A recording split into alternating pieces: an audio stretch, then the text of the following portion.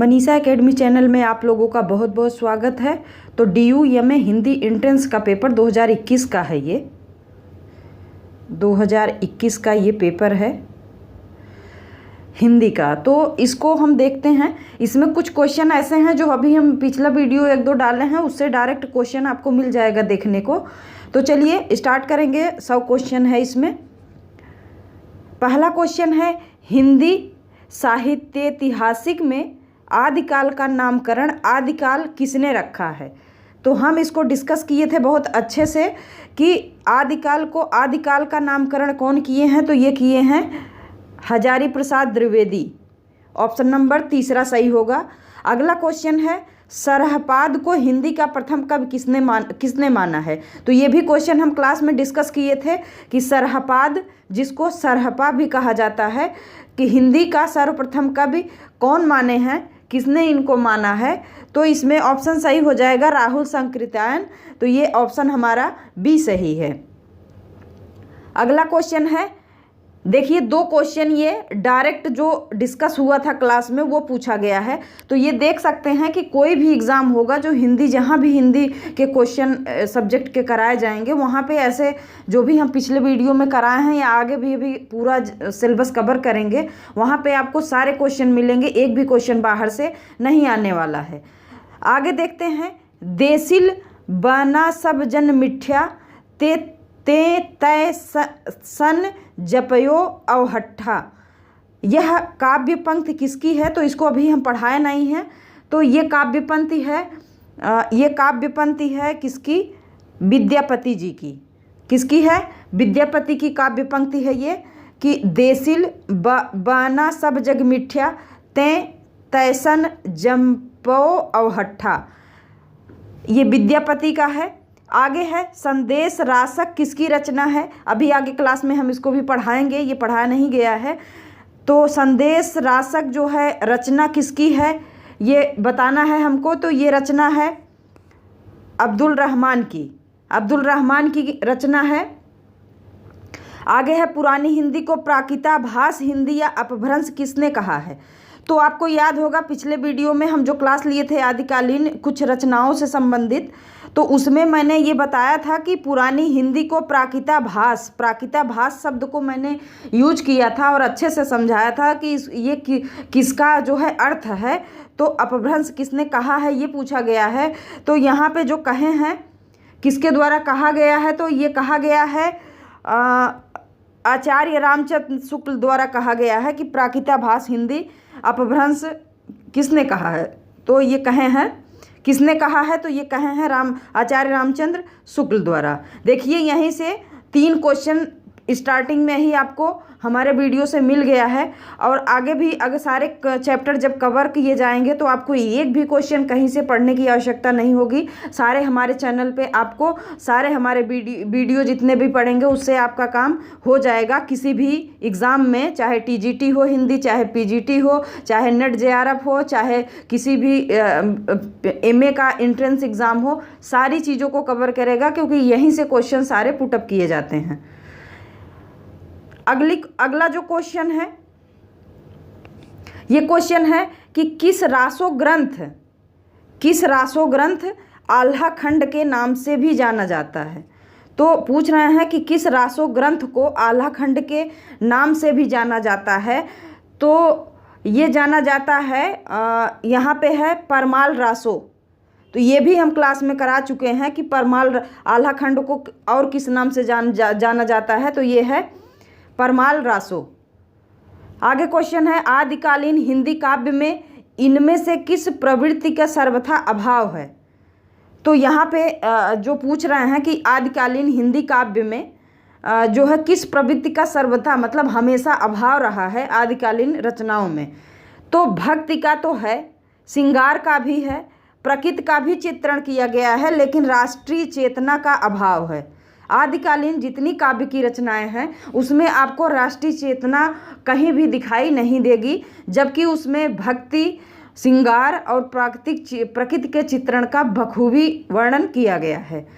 तो ये भी हम पढ़ाए हुए हैं, लेकिन बहुत डिटेल में नहीं। अभी आदिकालीन बहुत सारी रचनाएं हैं जो हमको एक क्लास लेनी है, वो हम लेके पूरा आदिकालीन रचनाओं के साथ कंप्लीट करेंगे। फिर हम नेक्स्ट जो है काल है उस पर हम चलेंगे। तो आगे अगला क्वेश्चन है, इनमें से कौन सा नाटक जयशंकर प्रसाद का नहीं है। तो अभी नाटक वगैरह पढ़ाया नहीं जा रहा है, अभी तो बेसिक से स्टार्ट किए हैं, तो ये पढ़ाया नहीं गया है। लेकिन फिर भी हम यहाँ पे इसको सॉल्व करेंगे कि इनमें से कौन सा नाटक जयशंकर प्रसाद का नहीं है। तो यहाँ पे कौन सा नाटक नहीं है यहाँ पे बताना है, तो यहाँ पे हो जाएगा एक और द्रोणाचार्य। ये जयशंकर प्रसाद का नाटक नहीं है, जबकि ध्रुव स्वामिनी भी है, कामना भी है, अजात शत्रु भी है। तो इस तरह से है ये। आगे है, सिद्धों की संख्या कितनी मानी गई है। तो देखिए इस क्वेश्चन को भी हम डिस्कस किए हैं आदिकाल वाले जो वीडियो है, जो क्लास है हमारी, कि सिद्धों की संख्या कितनी मानी गई है। तो 84 जो है सिद्धों की संख्या मानी गई है, 84 सिद्धों की संख्या है। तो लगभग 5 क्वेश्चन अभी तक, स्टार्टिंग से 9 क्वेश्चन हमने सॉल्व किया है, आदिकाल से 5-6 क्वेश्चन अभी तक मिल गए हैं। तो देखिए ये कितना यूजफुल हमारी हिंदी की क्लास होने वाली है, जो हमने अभी बहुत ज़्यादा नहीं पढ़ाए हैं, बेसिक सा पढ़ाए हैं। आगे है, लक्ष्मीपुरा नामक रिपोर्टाज के लेखक हैं। तो अभी रिपोर्टाज वगैरह पढ़ाया नहीं गया है, लेकिन फिर भी लक्ष्मीपुरा पहला रिपोर्टाज माना जाता है। और इसके जो लेखक हैं वो शिवदान सिंह चौहान हैं। इसके लेखक शिवदान सिंह चौहान हैं। लक्ष्मीपुरा जो है पहला रिपोर्टाज माना जाता है। जब रिपोर्टाज हम पढ़ाएंगे तो जितने भी रिपोर्टाज हैं सारे को कवर करेंगे 1 या 2 वीडियो में। तो यहाँ पे ये सही होता है।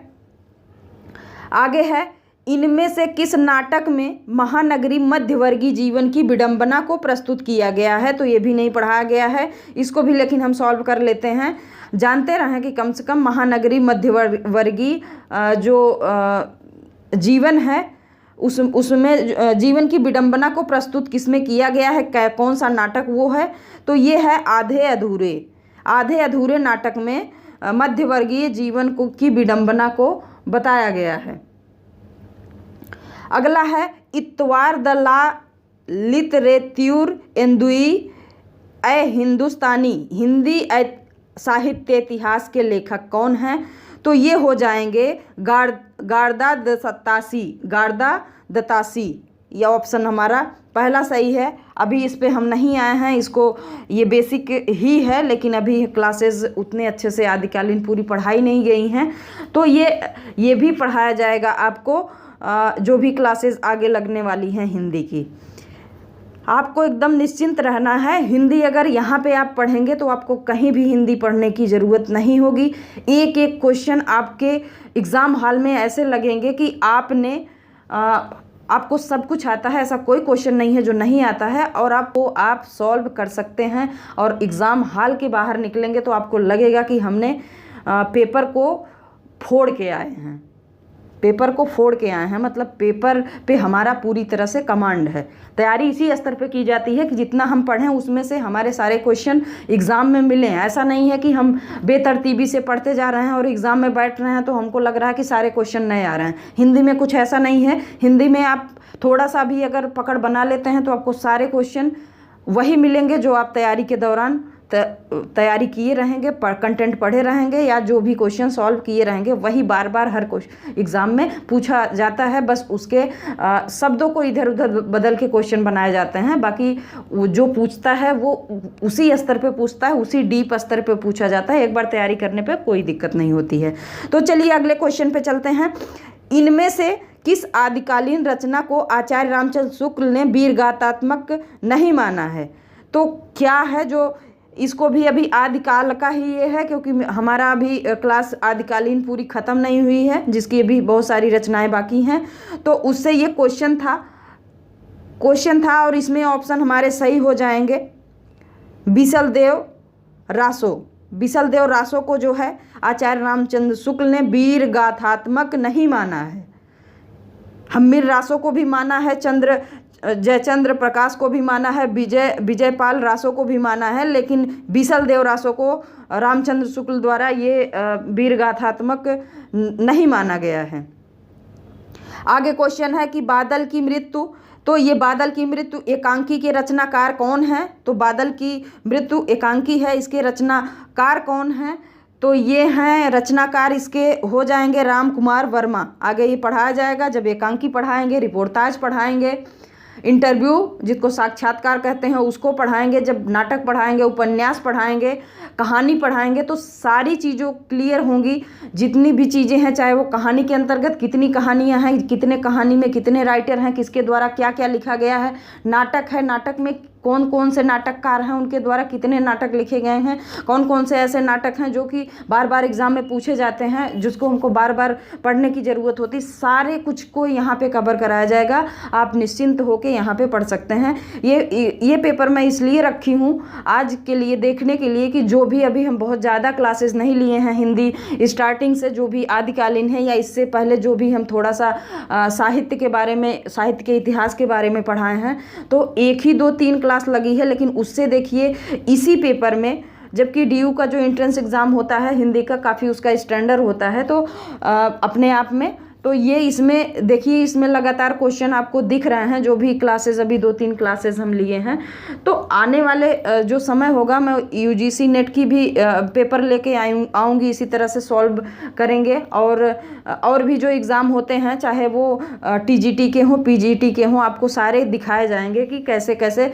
बस ये है कि जो एग्ज़ाम थोड़ा सा हायर के हैं, जैसे टीजीटी पीजीटी के हैं या नेट जेआर, उसमें थोड़ा लेंदी देता है। इसमें जैसे 1 लाइनर में दिया है, वहाँ पे आपको मिलान के रूप में दे देता है, कुछ कथन निष्कर्ष में दे देता है, जैसे कहानी नाटक की कुछ लाइनें दे देते हैं, और उसमें ये पूछते हैं कि कौन सा ये सही है, ये इस नाटक का है, ये इस उपन्यास का है।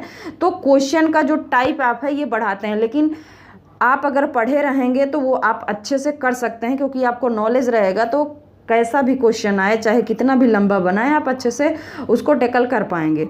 तो चलिए, इसमें हो गया था, राम कुमार वर्मा लिखे हैं कौन? बादल की मृत्यु एकांकी को राम कुमार वर्मा द्वारा लिखा गया है। आगे है यायावर याद रहेगा। अरे यायावर याद रहेगा, यात्रा ये वृत्तांत है, एक और होता है विधा, यात्रा वृत्तांत, तो ये भी आगे पढ़ाया जाएगा। तो यहाँ पे सॉल्व करते हैं कि अरे यायावर याद रहेगा, ये यात्रा वृत्तांत है, और ये किसके द्वारा लिखा गया है? तो ये लिखा गया है सच्चिदानंद हीरानंद वात्स्यायन अज्ञे। हमारा ऑप्शन दूसरा सही हो जाएगा, सच्चिदानंद हीरानंद वात्स्यायन अज्ञे। आगे है भारतेंदु हरिश्चंद्र के इनमें से किस नाटक में राजा की मूर्खता और अन्याय को चित्रित किया गया है? अब ये देखिए, ये अगर आप जब तक आप पढ़े नहीं रहेंगे, जैसे कोई भी यहाँ पे नील देवी हुआ, सती प्रताप हुआ, अंधेर नगरी हुआ, भारत दुर्दशा हुआ, जब तक आपको एक बेसिक आइडिया नहीं होगा तब तक इसका जवाब आप नहीं दे सकते हो। तो आने वाले समय में हम जितने बुक्स वगैरह हैं जो इम्पोर्टेंट हैं उसको हम सारांश के रूप में बताने भी वाले हैं अपने जो भी हमारी हिंदी की क्लासेस चलेंगी, जो बार बार क्वेश्चन पूछते हैं। तो अगर आपको एक कहानी आइडिया रहेगा तो आप ऐसे चीज़ों को टैकल कर पाएंगे कि ये कहाँ से पूछा गया है, किस रचना से है, किस नाटक से है, किस कहानी से है, किस उपन्यास से है। तो यहाँ पे नाटक पूछा जा रहा है कि यहाँ पे कि नाटक में राजा की मूर्खता और अन्याय, राजा की मूर्खता और अन्याय को दर्शाया गया है किसमें? तो ये मूर्खता और ये सारी चीज़ें अन्याय को दर्शाया गया है अंधेर नगरी में। अगर आप थोड़ा सा इसमें अगर गेस कर पा रहा हो तो मत गेस करिएगा, लेकिन अगर थोड़ा सा भी कुछ नहीं आता है तो यहाँ जैसे मूर्खता और अन्याय 2 शब्द को अगर देख लीजिए और इससे रिलेट करिए ऑप्शन में। हालांकि ये तुक्का ही है, सिर्फ हमेशा ऐसा नहीं होता, लेकिन फिर भी एक ये थोड़ा सा माइंड रखना चाहिए। जहाँ कुछ नहीं आ रहा हो तो थोड़ा सा इस तरह से लगाना चाहिए। तो अंधेर नगरी ही होगा जहाँ पे मूर्खता और अन्याय का राजा जो है पालन करता होगा, या ऐसी स्थितियाँ उसके शासनकाल में होंगी, तो अंधेर नगरी यहाँ पे सही है। कबीर को बाणी का डिटेक्टर किसने कहा है? इसको डिटेक्टर किसने कहा है? तो ये भी हम आगे बताने वाले हैं कि डिटेक्टर किसने कहा है, किसको? कबीरदास को। तो हजारी प्रसाद द्विवेदी कहे हैं बाड़ी का डिटेक्टर। बाड़ी का डिटेक्टर जो है हजारी प्रसाद द्विवेदी कहे हैं, किसको कहे हैं? कबीर को। 1000 बार कहे हैं। याद करिए कि हजारी प्रसाद द्विवेदी 1000 बार कहे हैं, किसको? बाड़ी का डिटेक्टर कबीर को। तो 1000 बार कहे हैं, इस चीज़ को, शब्द को रिपीट करिए कि 1000 बार कहे हैं क्या? कि तुम बाड़ी के डिटेक्टर हो। किसको? कबीरदास को।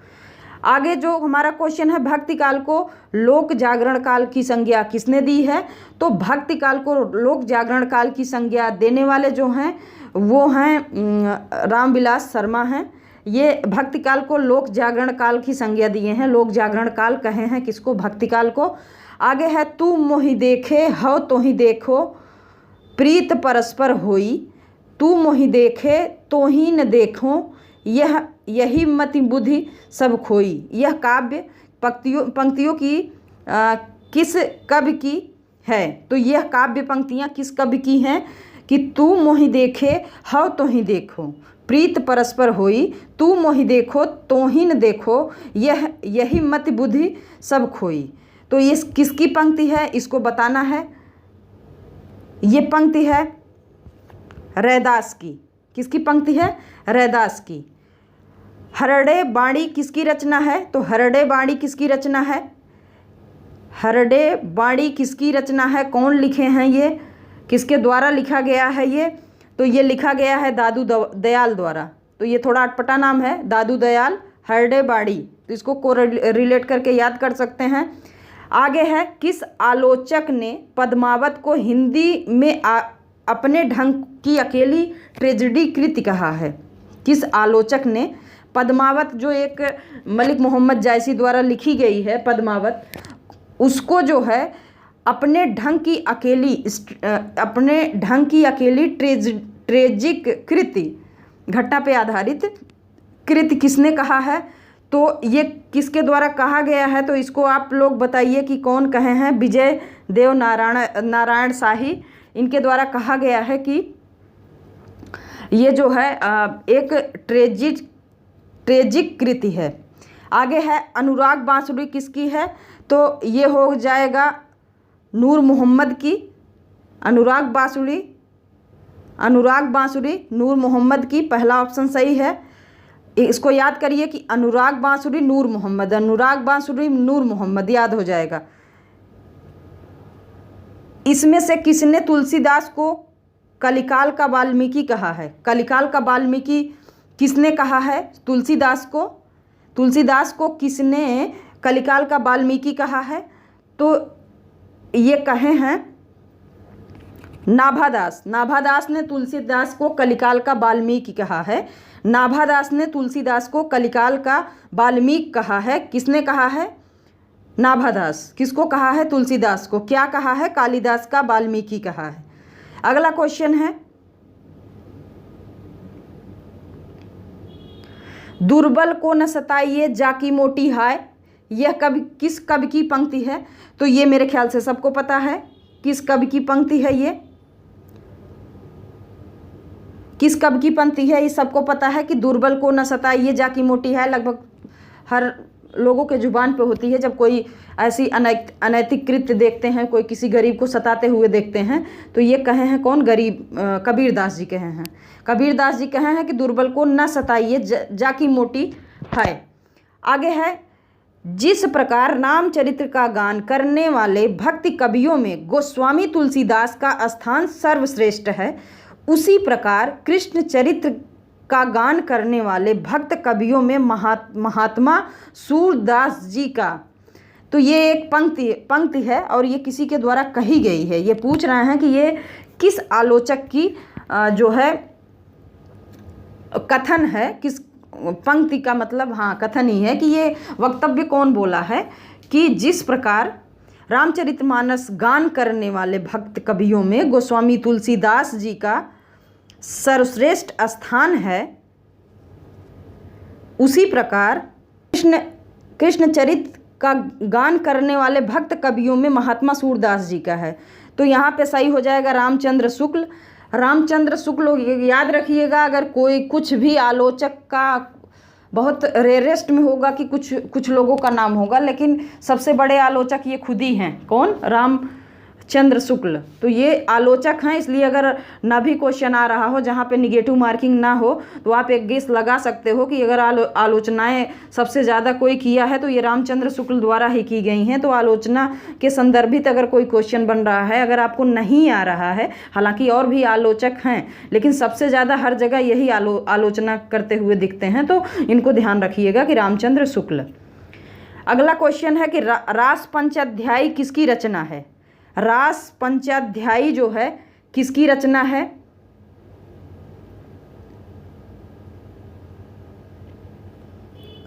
तो ये रचना है नंददास की। रास पंचाध्यायी नंददास। आगे है, इनमें से टट्टी संप्रदाय के प्रवर्तक कौन हैं? तो ये हैं, इस संप्रदाय के प्रवर्तक कौन हैं? तो ये यहाँ पे होंगे स्वामी हरिदास। तो हरिदास जो है इस संप्रदाय के प्रवर्तक हैं। आगे है, द्वैतवाद के प्रवर्तक कौन हैं? तो द्वैतवाद के प्रवर्तक हैं, द्वैतवाद के प्रवर्तक कौन हैं? तो ये हैं निम्बार्काचार्य। द्वैतवाद के प्रवर्तक कौन हैं? तो ये हैं निम्बार्काचार्य। द्वैतवाद निम्बार्काचार्य। आगे है, मन चंगा तो कठौती में गंगा। यह पंक्ति किसकी है? हमेशा ये बोला जाता है कि यदि मन चंगा है तो कठौती में गंगा है। ये कौन कहे हैं? किसकी पंक्ति है? ये किसके द्वारा कही गई है और ये किसकी पंक्ति है? तो ये है रैदास की। याद रखिएगा कि रैदास बोले हैं कि मन चंगा तो कठौती में गंगा। अगला क्वेश्चन है, स्त्री चरित्र का विशाल काव्य किसे कहा जाता है? स्त्री चरित्र का विशाल काव्य, स्त्री चरित्र का विशाल काव्य किसे कहा जाता है? तो ये कहा जाता है, स्त्री चरित्र का विशाल काव्य किसे कहा जाता है? तो स्त्री चरित्र का विशाल काव्य किसे कहा जाता है? तो सुरसागर को स्त्री काव्य का स्त्री चरित्र का विशाल काव्य कहा जाता है। आगे है, सहजोई बाई किस शाखा की रचना है? तो आपको याद होगा, मैं इस क्वेश्चन पे डिस्कस भी की हूँ कि सहजो बाई किस शाखा के रचनाकार हैं? तो ये हैं ज्ञानाश्रयी शाखा के सहजो बाई रचनाकार हैं। आगे है, उदासी संप्रदाय के प्रवर्तक कौन हैं? तो उदासी संप्रदाय के प्रवर्तक हैं श्रीचंद। ऑप्शन नंबर ए सही होगा। श्रीचंद्र जो है उदासी संप्रदाय के प्रवर्तक हैं। बसो मेरे नैनन में नंदलाल। तो ये सबको आता होगा, मीराबाई का है ये। बसो मेरे नैनन में नंदलाल, मीराबाई। इनमें से कौन सी रचना अवधि में रचित नहीं है? तो इनमें से कौन सी रचना जो है अवधि में रचित नहीं है, ये हमको बताना है। तो ये है कवितावली। कवितावली जो है अवधि में रचित नहीं है। कवितावली किस भाषा में रचित है, ये आप कमेंट करके बताएं कि कवितावली रचना दोहावली, कवितावली, गीतावली किस में रचित है, किस भाषा में रचित है, आप कमेंट करके बताइए। अगला क्वेश्चन है, आरती कीजिए हनुमान लला की, दुष्ट दलन रघुनाथ कला की, जाके बल भरते मही कांपे, रोग शोक जाकी सीमा न जापे। यह पंक्ति किसकी है? यह पंक्ति किसकी है, ये बताइएगा, किसकी पंक्ति है ये? तो ये है रामानंद की। ये पंक्ति किसकी है? रामानंद की। अगला जो क्वेश्चन है, सूफी काव्य का उद्देश्य है। तो सूफी काव्य का क्या उद्देश्य है? ये उद्देश्य है प्रेम का निरूपण। प्रेम निरूपण सूफी काव्य का मूल उद्देश्य है। मूल उद्देश्य सूफी काव्य का है क्या? प्रेम का निरूपण, प्रेम को प्रदर्शित करना। आगे है, इनमें से किस दर्शन में राधा कृष्ण की युगल उपासना पर बल दिया गया है? तो युगल उपासना पे बल दिया गया है। किस में दिया गया है? तो ये दिया गया है द्वैताद्वैत में। ऑप्शन नंबर 2 सही है कि द्वैताद्वैत में राधा कृष्ण के युगल उपासना पर विशेष बल दिया गया है। आगे है, इनमें से कौन सा अष्टछाप का कवि वल्लभाचार्य का शिष्य नहीं है? आगे इसका भी हम पूरा डिटेल में, इसमें जितने क्वेश्चन पूछे गए हैं 1-2 क्वेश्चन को छोड़ दिया जाए जो कि बुक से पूछे गए हैं, बुक की लाइनें उठा के दे दी गई हैं। बाकी सारे क्वेश्चन को सारे क्लास करने के बाद आपको एक भी क्वेश्चन बाहर से मिलने वाला नहीं है। जितने भी क्वेश्चन हैं सब आपको क्लास से ही रिपीटेड आएंगे, कुछ अलग से नहीं आएगा। बस ये है कि जो बुक्स वगैरह का सारांश हम बताएंगे वो लास्ट में सारी क्लास ख़त्म होने के बाद बताएंगे। तो उसकी जो पंक्तियाँ पूछ ली गई हैं वो शायद ही कोई कर पाएगा बिना पढ़े हुए। बाकी कुछ भी ऐसा नहीं है कि जो एक नया क्वेश्चन लगे कि ये चीज़ नया है हमको नहीं आएगा। तो ये इसको आप 100% मान के चलिएगा कि अगर इस प्लेटफॉर्म पे आप हैं और हिंदी आपकी है सब्जेक्ट में तो आपका एक भी क्वेश्चन कहीं से भी बाहर से आने वाला नहीं है। आप पूरा क्वेश्चन लगा के आएंगे, इतना गारंटी मानिएगा। वल्लभाचार्य के शिष्य नहीं है, ये वाला क्वेश्चन है। तो ये क्वेश्चन है नंददास जी जो है वल्लभाचार्य के शिष्य नहीं है इसमें अष्टछाप के कवियों में। आगे है, कुल मिलाकर मीरा के काव्य में व्यक्तिगत तन्मयता का विस्तार अधिक है, कविता का 10 संप्रेषण कम। यह कथन किस आलोचक द्वारा कहा गया है या किस आलोचक ने ऐसा कहा है? तो ये कहे हैं रामस्वरूप चतुर्वेदी द्वारा कहा गया है कि कुल मिलाकर मीराबाई के काव्य में व्यक्तिगत तन्मयता का विस्तार अधिक है, कविता का 10 संप्रेषण कम है। आगे क्वेश्चन है, इनमें से कौन सी रचना तुलसीदास की नहीं है? तो आपको बताना है कि तुलसीदास की रचना कौन सी नहीं है, नहीं पूछा है। तो यहाँ पे जो हो जाएगा अध्यात्म रामायण जो है तुलसीदास की रचना नहीं है। ध्यान मंजरी किसकी रचना है? तो ध्यान मंजरी जो रचना है वो है अग्रदास का, ध्यान मंजरी अग्रदास। अगला क्वेश्चन है, इनमें से कौन सा शासक दादू के उपदेशों से बहुत प्रभावित हुआ था? तो कौन सा शासक था जो दादू के जो उपदेश थे, दादू मीन्स दादू दयाल के उपदेशों से जो है अधिक प्रभावित हुआ था? तो वो था अकबर।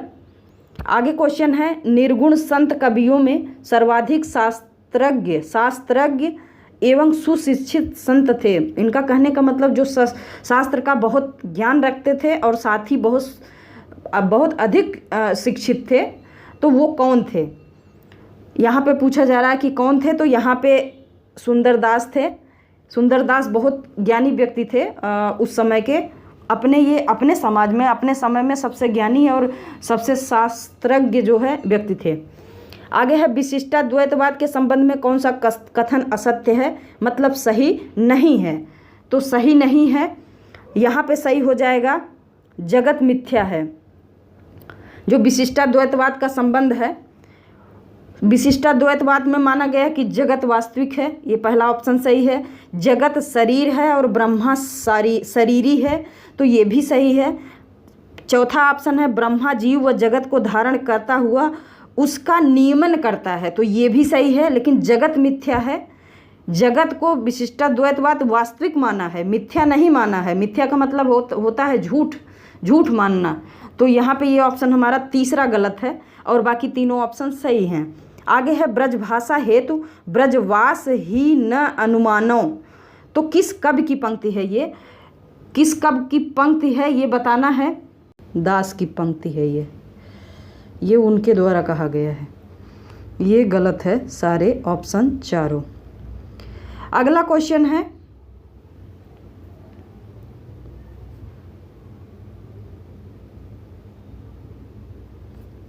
छंदों का अजायब घर किसे कहा जाता है? तो छंदों का अजायब घर जो कहा जाता है वो है रामचंद्रिका को छंदों का अजायब घर कहा जाता है। आगे है, इनमें से ज्योतिश्वर ठाकुर की कृति कौन सी है? तो ये कृतियाँ जब आप पढ़ेंगे तो अच्छे से क्लियर बता पाएंगे, लेकिन यहाँ पे फिर भी हम देख लेते हैं। यहाँ पे जो सही होगा ये है वर्ण रत्नाकर।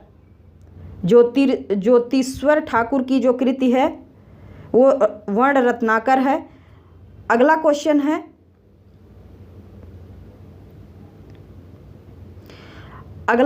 है, करुण ही एकमात्र रस है, किसका कथन है? तो करुण ही एकमात्र रस है, ये किसका कथन है?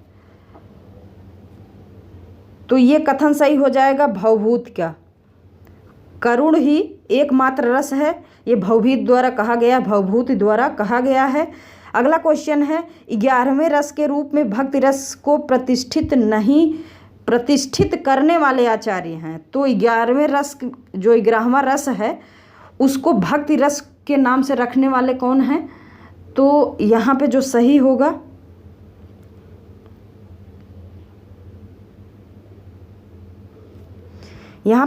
रूप गोस्वामी। पहला ऑप्शन सही है, रूप गोस्वामी जो है भक्ति रस को प्रतिष्ठित किए हैं 11वें रस के रूप में।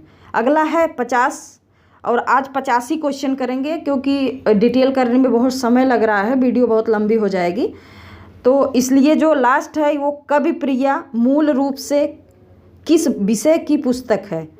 तो ये पूछ रहा है कि जो कवि प्रिया पुस्तक लिखी गई है वो किस रूप की पुस्तक है? तो यहाँ पे जो सही हमारा ऑप्शन होगा अलंकार शास्त्र पे। तो कवि प्रिया जो है लिखा गया है अलंकार शास्त्र से संबंधित है ये। तो ये 50 क्वेश्चन हैं, अभी 50 क्वेश्चन हिंदी के और भी बचे हुए हैं, तो इसको हम अगले वीडियो में डिस्कस करने वाले हैं। आज के लिए इतना ही। यदि वीडियो पसंद आया हो तो वीडियो को लाइक, चैनल को सब्सक्राइब, कमेंट करना ना भूलें। बहुत बहुत धन्यवाद दोस्तों।